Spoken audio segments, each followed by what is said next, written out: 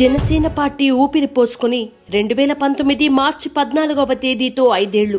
ఈ నేపథ్యంలో పార్టీ ఆవిర్భావ దినోత్సవాన్ని ఘనంగా నిర్వహించాలని జనసేనాని పవన్ కళ్యాణ్ సంకల్పించారు.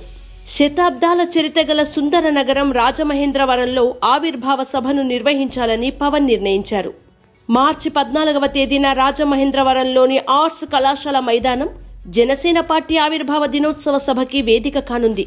మధ్యాహ్నం 3 గంటలకు సభ ప్రారంభమవుతుందని జనసేన అధినేత పవన్ కళ్యాణ్ ఒక ప్రకటనలో తెలిపారు. కాగా రాజమండ్రి సభ ఏర్పాట్లు పర్యవేక్షించడానికి 15 మంది సభ్యులతో కూడిన కమిటీని కూడా పార్టీ అధినేత పవన్ కళ్యాణ్ ఏర్పాటు చేశారు.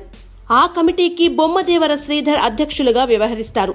ఈ కమిటీలో ఆకుల సత్యనారాయణ, దుర్గేష్, బన్నీ వాసు, పసుపులేటి సుధాకర్, రాధమ్మ, సరోజిని, యామిని జ్యోత్స్న, పేసంగి ఆదినారాయణ, పంతం నానాజీ, నవుడు వెంకటరమణ, ఎర్రంకి సూర్యారావు, జి శ్రీనుబాబు, రాపాక వరప్రసాద్, కమాలుద్దీన్, దొమ్మేటి వెంకటేశ్వర్లు ఈ కమిటీలో సభ్యులుగా ఉంటారు.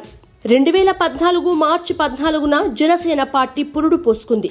అయితే ఏపీ విభజన నేపథ్యంలో అప్పుడు జరిగిన ఎన్నికల్లో జనసేన ఎన్నికల్లో పోటీ చేయకుండా బీజేపీ, టీడీపీ కూటమికి మద్దతు ప్రకటించింది. దాంతో ఆ కూటమి ఏపీలో అధికారాన్ని కైవసం చేసుకుంది. ఆ తర్వాత టీడీపీ విధానాలతో పవన్ విభేదించారు. పవన్ కళ్యాణ్ తెలంగాణ నుండి చెలోరే చెలోరే చెల్ యాత్ర ప్రారంభించి చురుగ్గా రాజకీయాల్లో పాల్గొనడం ప్రారంభించారు. ఏపీపై కేంద్రంలోని మోదీ ప్రభుత్వం సవతి తల్లి ప్రేమ చూపిస్తోందని పవన్ ఆగ్రహించారు. ఆ క్రమంలోనే ఏపీకి హోదా లేదు, ప్యాకేజీ ఇస్తామని ప్రకటించగానే కాకినాడలో సభ పెట్టి కేంద్రం ప్రకటించిన ప్యాకేజీని పాచిపోయిన లడ్డూలుగా అభివర్ణించారు పవన్. ఆ తర్వాత బీజేపీతో టీడీపీ తెగదెంపులు చేసుకుంది. జనసేన కూడా టీడీపీకి పూర్తిగా దూరం జరిగింది. 2018 మార్చి 14వ తేదీన గుంటూరు జిల్లా కాజా సమీపంలో పవన్ జనసేన పార్టీ ఆవిర్భావ సభను నిర్వహించారు. ఈ సభకు తెలుగు రాష్ట్రాల నుంచే కాకుండా పక్క రాష్ట్రాల నుంచి కూడా భారీగా ప్రజలు హాజరయ్యారు. విభజనతో తీవ్రంగా నష్టపోయిన ఆంధ్రప్రదేశ్కి విభజన హామీల అమలు, ప్రత్యేక హోదా ఇవ్వడంలో కేంద్రంలోని మోదీ ప్రభుత్వం విఫలం కావడం, అలాగే వాటిని తీసుకురావడంలో రాష్ట్రంలోని టీడీపీ ప్రభుత్వం వైఫల్యం చెందాయి. దీంతో పవన్ 2018 మే 20న శ్రీకాకుళం జిల్లా ఇచ్చాపురం నుంచి ప్రజా పోరాట యాత్రకు శ్రీకారం చుట్టారు. అందులో భాగంగా ఉత్తరాంధ్రలోని 3 జిల్లాలు, ఉభయ గోదావరి జిల్లాల్లో బహిరంగ సభలు, నిరసన కవాతులు నిర్వహించారు. ఆ తర్వాత రాయలసీమలోని 4 జిల్లాల్లో ఇటీవల రోడ్డు షోలు నిర్వహించారు.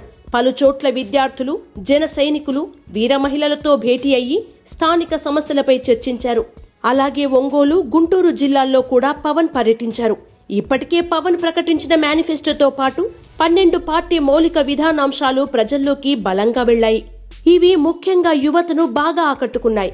ఇదిలా ఉండగా రాజమహేంద్రవరంలో జరగనున్న ఆవిర్భావ సభకు తెలుగు రాష్ట్రాల నుంచే కాకుండా ఇతర రాష్ట్రాల నుంచి కూడా భారీగా యువత తరలి వస్తారని జనసేన అంచనా వేస్తోంది.